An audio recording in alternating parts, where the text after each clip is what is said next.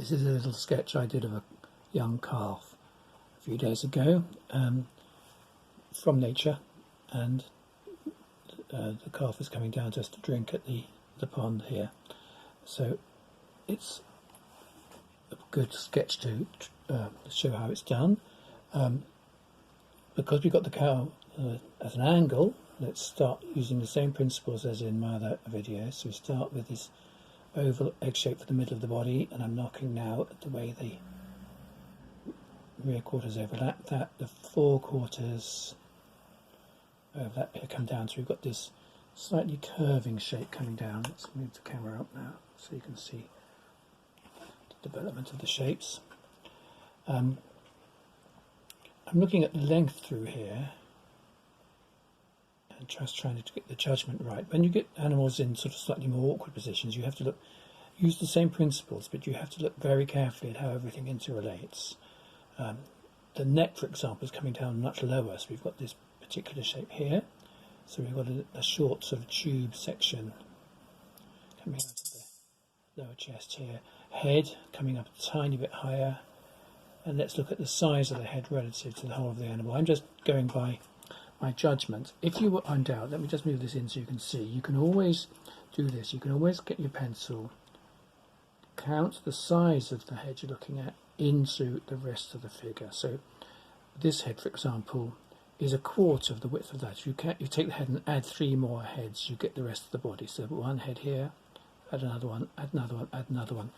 In fact, probably just a fraction more than that. So if this circle, this is just the shape of the upper head, I'm not including the mouth, etc. So add 1, 2, 3, and we're getting, so I'm going to just bring the rear quarters back a tiny bit.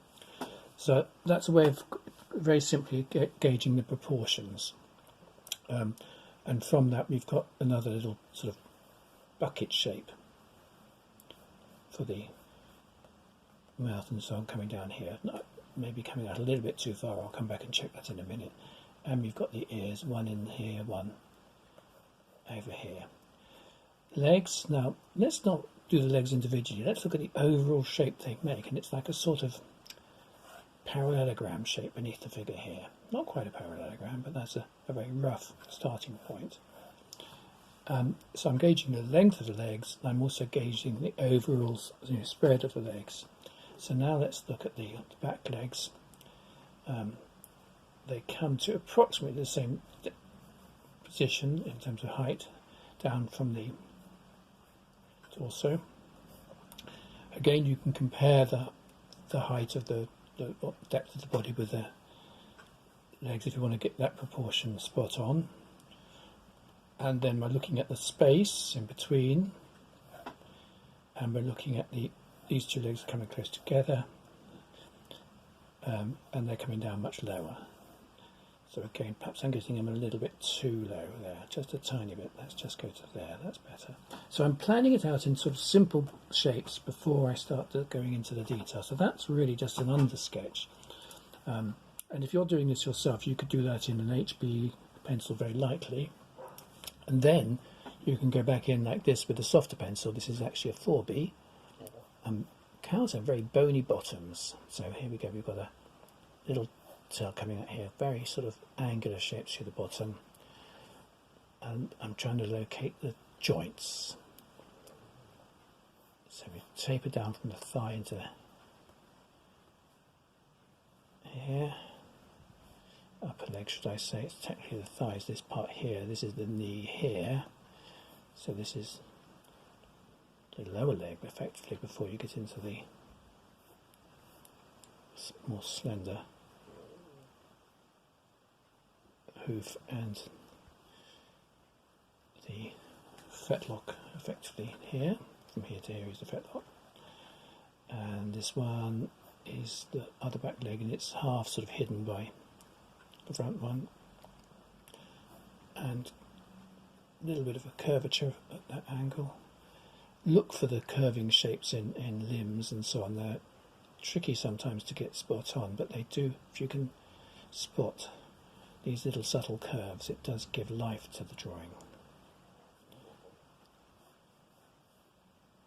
And not much belly like in an older animal. And there were some sort of little knobbly bits here I'm just picking up on. My sketch caught them. And obviously while the animal was drinking, it was moving here and there. It wasn't stationary for long, so you have to be very quick when you're sketching out of doors. But there we go, and a bit of more neck in there.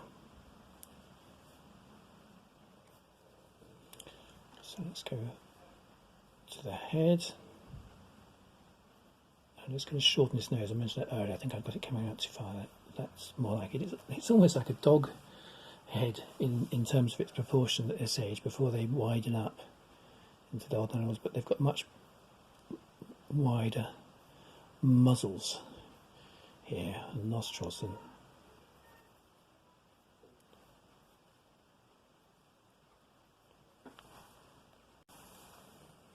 so I'm just putting in the sort of shadow shape here for the eye. Very big eyes on these young animals.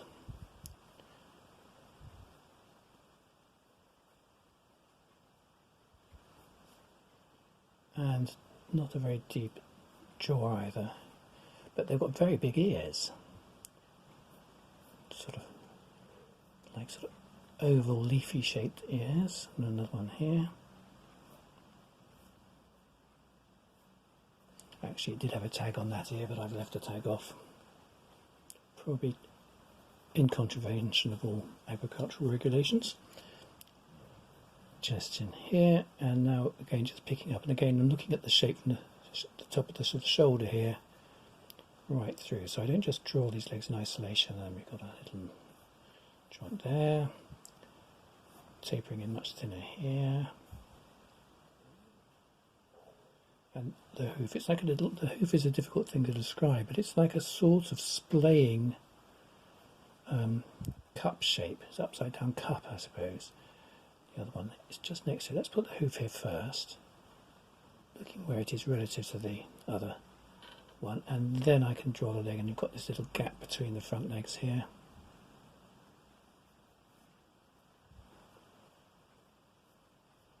So here we are, so relatively animated. And what was lovely about this particular day is I was sitting the other side of the lake actually, and watching the animals, drawing birds as well I was that day, but with the setting, the sun came and went, the shadows were cast nice and strong down here to the water's edge.